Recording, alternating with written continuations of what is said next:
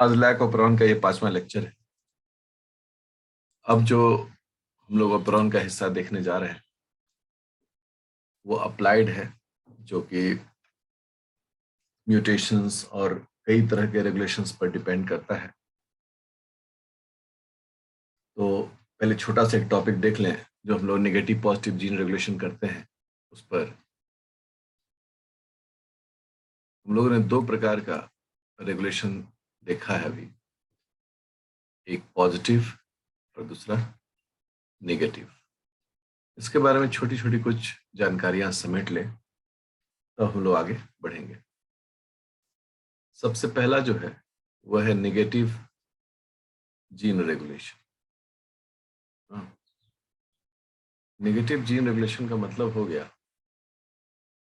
कि इस तरह के रेगुलेशन में जब तक इंड्यूसर नहीं आएगा तब तक जीन रेगुलेशन नहीं हो। मतलब इंड्यूसर आएगा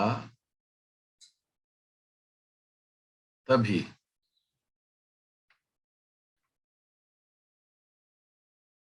जीन रेगुलेशन होगा, जीन रेगुलेशन ऑन होगा। इसका मतलब साफ है कि यदि इंड्यूसर आएगा तो ये पॉजिटिव जीन रेगुलेशन हो जाएगा, नहीं तो ये नेगेटिव बना रहेगा। हम लोग देखते भी हैं, इसका एग्जाम्पल जो पढ़े भी थे, लैक ऑपेरॉन जो पढ़ रहे हैं अभी वर्तमान में, वो इसी का हिस्सा है। और दूसरा जो इसका हिस्सा है वो है positive gene regulation. Positive gene regulation का मतलब है ये इंड्यूसर डिपेंड नहीं करता है, ये इंड्यूसर के एब्सेंस में ही ऑन रहता है। इंड्यूसर नहीं हो तो ओपेरॉन ऑन होता है, ऑन है ना, नहीं है तब। इसका मतलब है कि ये स्वाभाविक रूप से एक पॉजिटिव, कैसे कहते हैं किसी व्यक्ति को भाई ये बड़ा पॉजिटिव माइंडसेट का आदमी है। क्यों पॉजिटिव माइंडसेट का आदमी है? क्योंकि वो खुद से अपने में एक उत्साह बना कर रखता है। अब ये पॉजिटिव जीन रेगुलेशन है जिसमें हम लोग एग्जाम्पल देखते हैं ट्रिप्टोफैन, ओपेरॉन। तो ठीक है, बैक्टीरिया में पॉजिटिव और नेगेटिव दोनों प्रकार के रेगुलेशन देखे जाते हैं। अगर बैक्टीरिया की बात करोगे तो both positive and negative gene regulation दोनों दिखता है ही लैक ऑपेरॉन, ट्रिप्टोफैन ऑपेरॉन। लेकिन वहीं पर से अगर हम लोग यूकैरियोट्स में देखें तो बहुत यूनिक फील होगा कि ज्यादातर जो रेगुलेशन है वो पॉजिटिव होते हैं, अर्थात मोस्टली पॉजिटिव रेगुलेशन। मतलब ट्रिप्टोफैन ऑपरेशन रेगुलेशन का जो फॉर्मेट है ना, वही मोस्टली पॉजिटिव रेगुलेशन होता है। अर्थात कि अगर आप बाहर से कुछ नहीं देंगे तो सेल खुद बनाएगा, खुद वो पॉजिटिवली अपना काम करेगा, और बाहर से दे दीजिएगा तो फिर वो अपने आप को बंद कर लेगा। ठीक है, तो ये एक इंपॉर्टेंट चीज है। साथ ही साथ क्या है कि कोई भी ऑपरॉन सामान्य रूप से यूकैरियोट में इनएक्टिव होता है। ठीक है, any operon is by default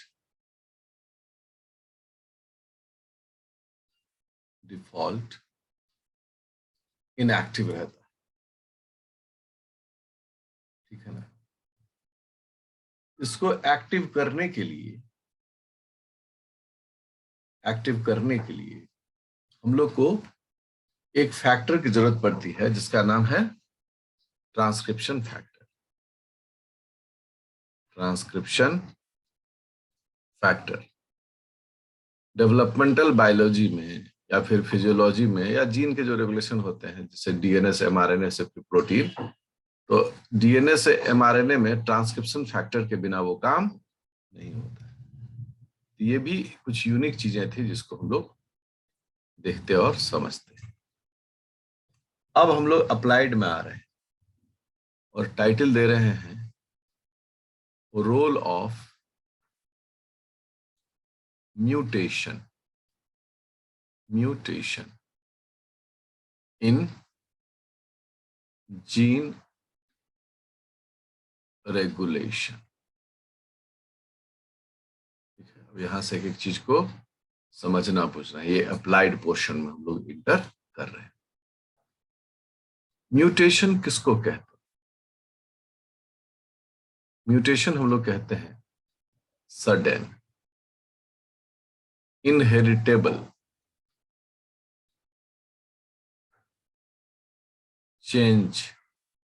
changes in quality of gene gene की क्वालिटी में अचानक से कुछ ऐसे बदलाव आए जो एक वंश से दूसरे वंश तक जाएगा, उसे हम लोग म्यूटेशन। म्यूटेशन के कई रूप देखे जाते हैं।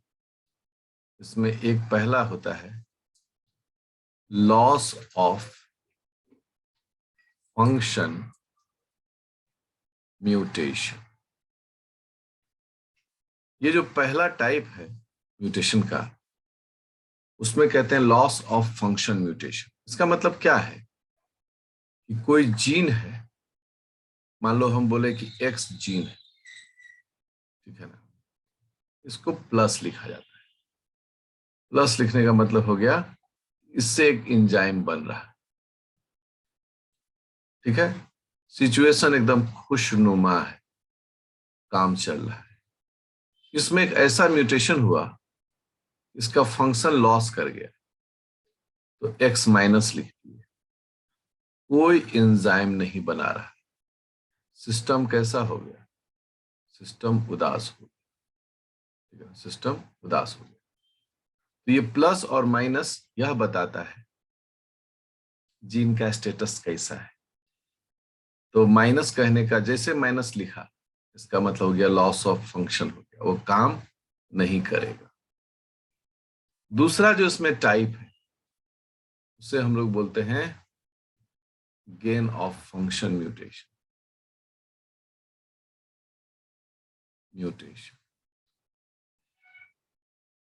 इसका पिक्चर क्या है?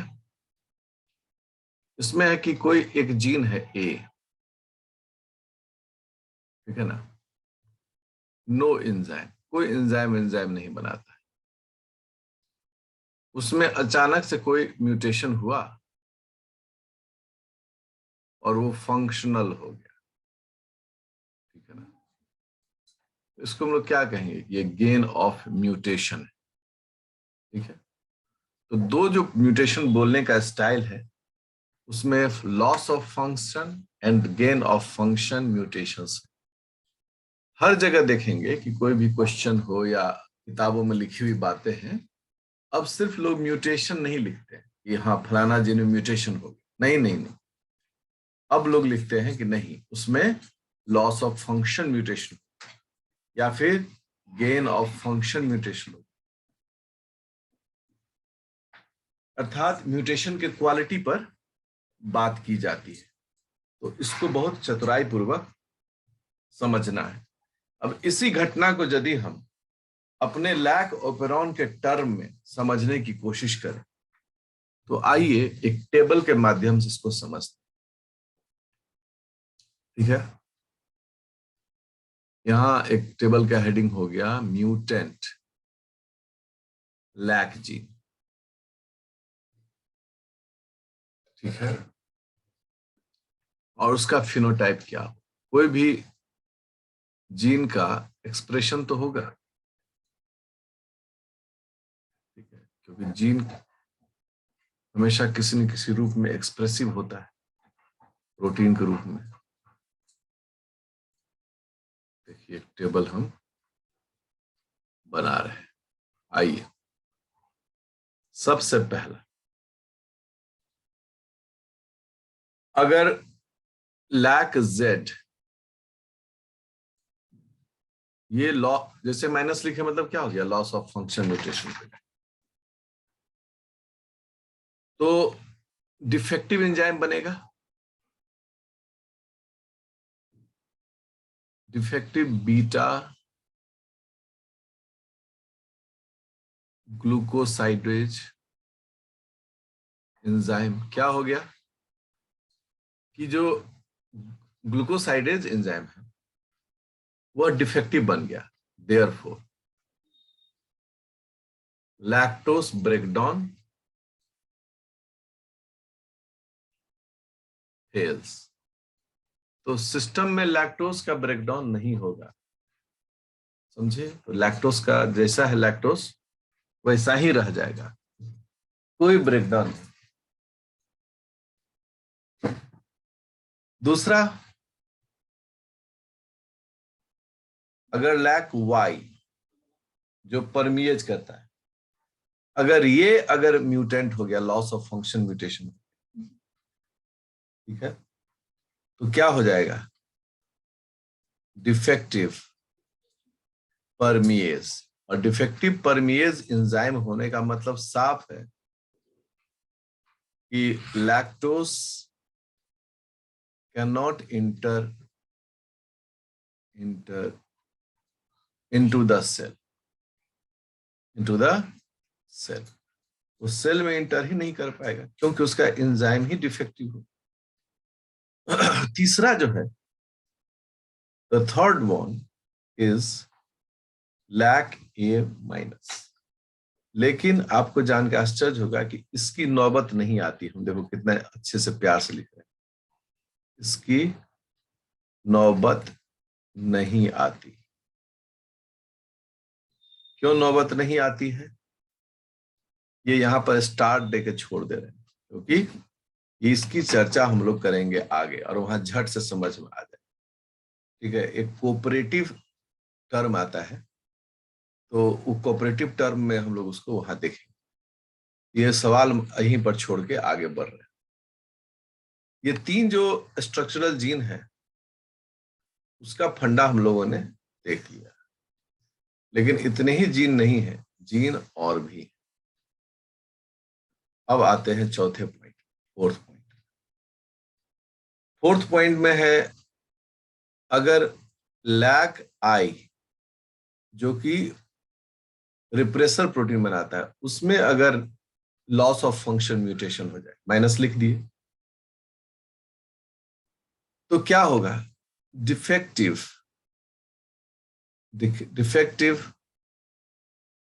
Lack repressor protein. जो लैक रिप्रेसर प्रोटीन अगर बनेगा तो वो कैसा बनेगा, डिफेक्टिव। देयरफॉर लैक रिप्रेसर को हम लोग एलआर बोलते हैं। Lac repressor does not bind to operator जी। अब रिजल्ट क्या हो गया कि लैक रिप्रेसर जो है वो बाइंड नहीं कर पाया ऑपरेटर जीन से, और इसका रिजल्ट क्या हुआ, ओपेरॉन रिमेन्स ऑन। और ओपेरॉन क्या होगा, ऑन होगा। अब सोचो, नॉर्मली क्या होता था कि जब लैक्टोस नहीं होता था तो यही लैक रिप्रेसर ऑपरेटर से जुड़ जाता था और ओपेरॉन को ऑफ कर देता था। और जैसे ही लैक्टोस आता था तो ये लैक रिप्रेसर लैक्टोस से बाइंड करते जाता था, ऑपरेटर से नहीं जुड़ता था और ओपेरॉन ऑन हो जाता था। अब क्या स्थिति है, जब यही डिफेक्टिव हो गया तो ओपेरॉन कभी बंद ही नहीं होगा, रिमेन ऑन, हमेशा हमेशा ये ऑन रहे। इस तरह के एक्सप्रेशन को हम लोग टर्म में क्या कहते हैं, कंस्टिट्यूटिव एक्सप्रेशन। कंस्टिट्यूटिव एक्सप्रेशन जहां भी लिख दे समझ जाइए कि ये जन्म जन्म के लिए ऑपरेशनल रहेगा, कभी बंद नहीं हो जब तक उसमें फर्दर कोई म्यूटेशन नहीं हो। ये कंस्टिट्यूटिव एक्सप्रेशन हो गया इसका, लैक आई। और उसके बाद पांचवा है कि ठीक है, अब तो ये सब तो प्रोटीन बनाने वाले थे। ऐसे भी जीन है जो प्रोटीन नहीं बनाते हैं, सिस एक्टिंग सीक्वेंस, लेकिन उनमें डिफेक्ट हो जाए तो क्या होगा, जैसे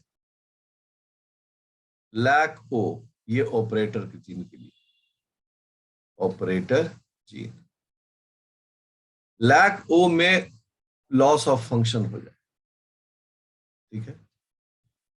तो इसमें क्या हो गया कि डिफेक्टिव डिफेक्टिव जीन सीक्वेंस हो जाएगा, जीन सीक्वेंस इसका डिफेक्टिव हो गया, therefore lac repressor fails to recognize fails to recognize operator gene. अब लैक रिप्रेसर सही है, लेकिन ऑपरेटर जीन का नेचर कैसा हो गया, बदल गया। रिजल्ट क्या हो गया, ये उसको पहचान ही नहीं पा रहा है, और इसका रिजल्ट हो गया कंस्टिट्यूटिव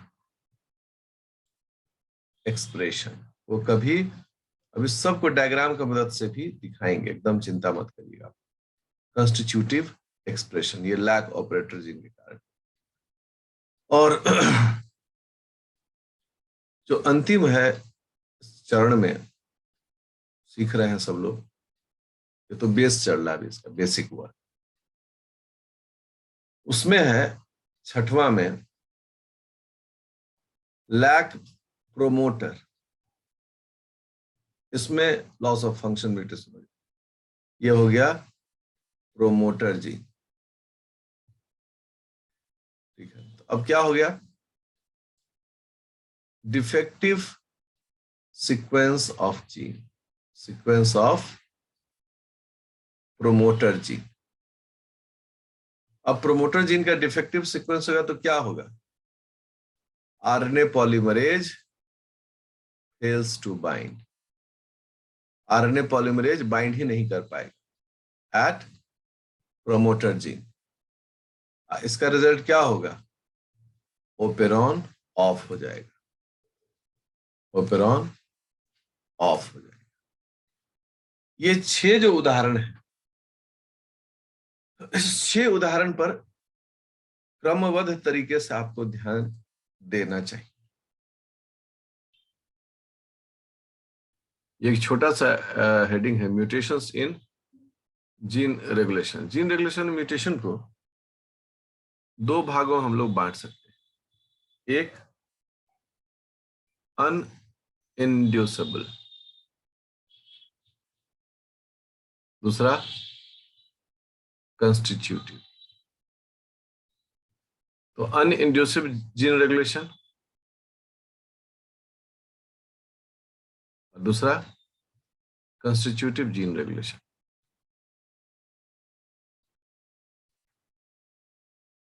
ठीक है। अब अनइंड्यूसिबल और ये कैसे आगे होगा, उस चीज को हम लोग को समझना चाहिए, वो हम लोग एक एक स्टेप करके समझते चलेंगे। और जो महत्वपूर्ण चीज है कि इसके कई प्रैक्टिकल उदाहरण देखने का मौका मिलेगा, तो हमारी समझ इसमें और भी गहराई से विकसित होगी, अप्लाइड जिसको बोलते हैं। कहते हैं कि कोऑर्डिनेट इंडक्शन क्या कहलाता है। तो जब इंड्यूसर प्रेजेंट होता है, व्हेन इंड्यूसर इज प्रेजेंट, जब इंड्यूसर प्रेजेंट होता है तो जो 3 एंजाइम्स होते हैं उसकी मात्रा बढ़नी शुरू होती है, ठीक है। तो जो 3 एंजाइम्स हैं, enzymes in lac operon, we all know it, beta galactosidase, फिर उसके बाद लैक परमिएज, फिर उसके बाद लैक ट्रांस एसिटाइलेज। ये 3 एंजाइम है, beta galactosidase, lac permease, lac transacetylase. तो सबसे पहले किसकी मात्रा बढ़ती है, बीटा गैलेक्टोसाइडेज। फिर किसकी मात्रा बढ़नी शुरू होती है? लैक परमिएज की। और फिर किसकी मात्रा बढ़नी शुरू होती है? ट्रांसएस्टाइलेज।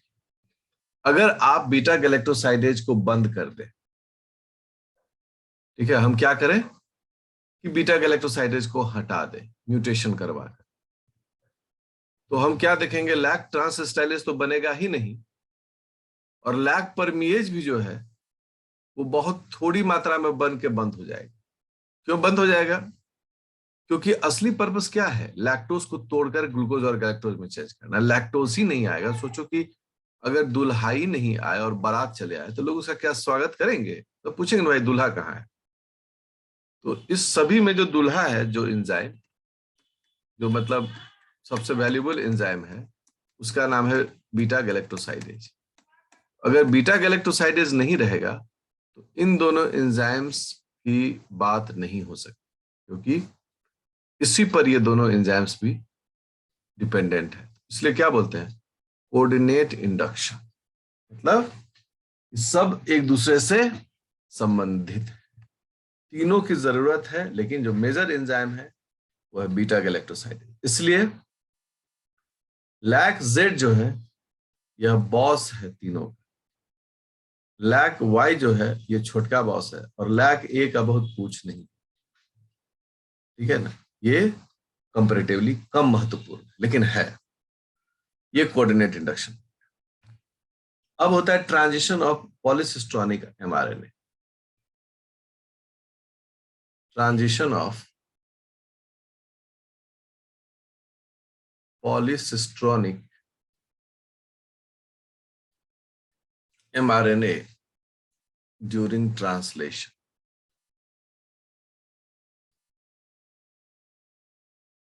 एक लोगों के मन में सवाल आता है कि लैक ओपेरॉन में जो स्ट्रक्चरल जीन है, हम सिर्फ स्ट्रक्चरल जीन दे रहे हैं, स्ट्रक्चरल जीन, ये एमआरएनए है, ठीक है ना। वो 3 स्ट्रक्चरल जीन कौन कौन से हैं? सबसे पहला है लैक जेड, फिर है लैक वाई, और फिर है लैक ई। ये 3, lac Z, lac Y, lac E, तीनों है। और हम सबको प्लस लिख दे रहे हैं। प्लस लिखने का क्यों मतलब है? सब काम कर रहे हैं। अब ये सोचो कि जब इस पर राइबोसोम आएगा एमआरएनए पर, तो आ गया राइबोसोम, मान लो ये राइबोसोम आ गया,